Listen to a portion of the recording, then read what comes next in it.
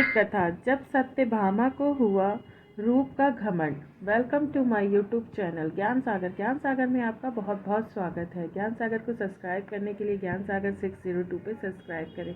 इस चैनल पर सिर्फ आध्यात्मिक से जुड़ी ही कहानी आपके सामने प्रस्तुत होगी। आपको वीडियो पसंद आए तो चैनल को लाइक शेयर सब्सक्राइब ज़रूर करें। आइए जानते हैं सत्यभामा को क्यों हुआ घमंड। श्री कृष्ण भगवान द्वारका में रानी सत्यभामा के साथ सिंहासन पर विराजमान थे। निकट ही गरुड़ और सुदर्शन चक्र भी बैठे हुए थे। तीनों के चेहरे पर दिव्य तेज झलक रहा था।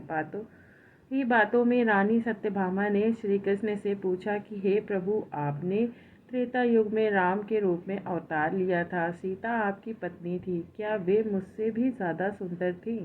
द्वारकाधीश समझ गए कि सत्यभामा को अपने रूप का अभिमान हो गया है। तभी गरुड़ ने कहा कि भगवान, क्या दुनिया में मुझसे भी ज़्यादा तेज गति से कोई उड़ सकता है? इधर सुदर्शन चक्र से भी रहा नहीं गया और वे भी कह उठे कि भगवान, मैंने बड़े बड़े युद्धों में आपको विजयश्री दिलवाई है, क्या संसार में मुझसे भी शक्तिशाली कोई है? ये सब देखते हुए भगवान मन ही मन मुस्कुराने लगे। वे जान रहे थे कि उनके इन तीनों भक्तों का अहंकार हो गया है और इनका अहंकार नष्ट करने का समय आ गया है। ऐसा सोचकर उन्होंने गरुड़ से कहा कि हे गरुड़, तुम हनुमान के पास जाओ और कहना कि भगवान राम माता सीता के साथ उनकी प्रतीक्षा कर रहे हैं।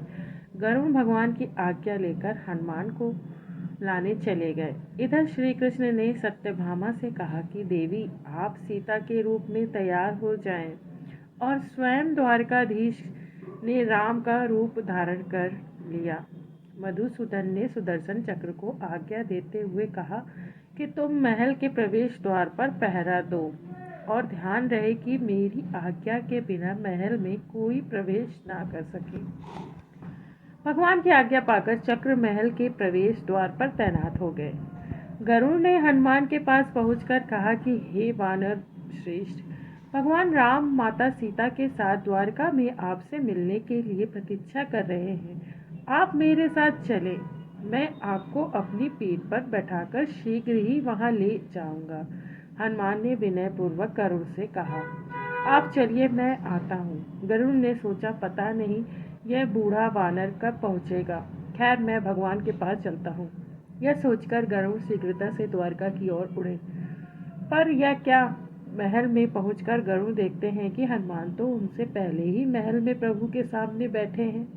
गरुड़ का सिर लज्जा से झुक गया। तभी श्री राम ने हनुमान से कहा कि पवन पुत्र, तुम बिना आज्ञा के महल में कैसे प्रवेश कर गए? क्या तुम्हें किसी ने प्रवेश द्वार पर रोका नहीं? हनुमान जी ने कहा, हाथ जोड़ते हुए सिर झुकाकर अपने मुंह से सुदर्शन चक्र को निकालकर प्रभु के सामने रख दिया।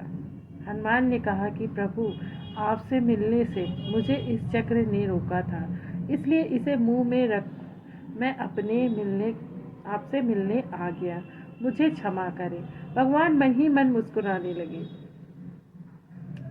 हनुमान ने हाथ जोड़ते हुए श्री राम से प्रश्न किया, हे प्रभु, आज आपने माता सीता के स्थान पर किस दासी को इतना सम्मान दे दिया कि वह आपके साथ सिंहासन पर विराजमान है? अब रानी सत्यभामा का अहंकार भंग होने की बारी थी। उन्हें सुंदरता का अहंकार था जो पल भर में चूर हो गया था। रानी सत्यभामा, सुदर्शन चक्र व गरुड़ जी तीनों का गर्व चूर चूर हो गया था। वे भगवान की लीला समझ रहे थे। तीनों की आंखों से आंसू बहने लगे और वे भगवान के चरणों से झुक गए। अद्भुत लीला है प्रभु की, अपने भक्तों के अहंकार को अपने भक्त द्वारा ही दूर किया। उन्होंने सार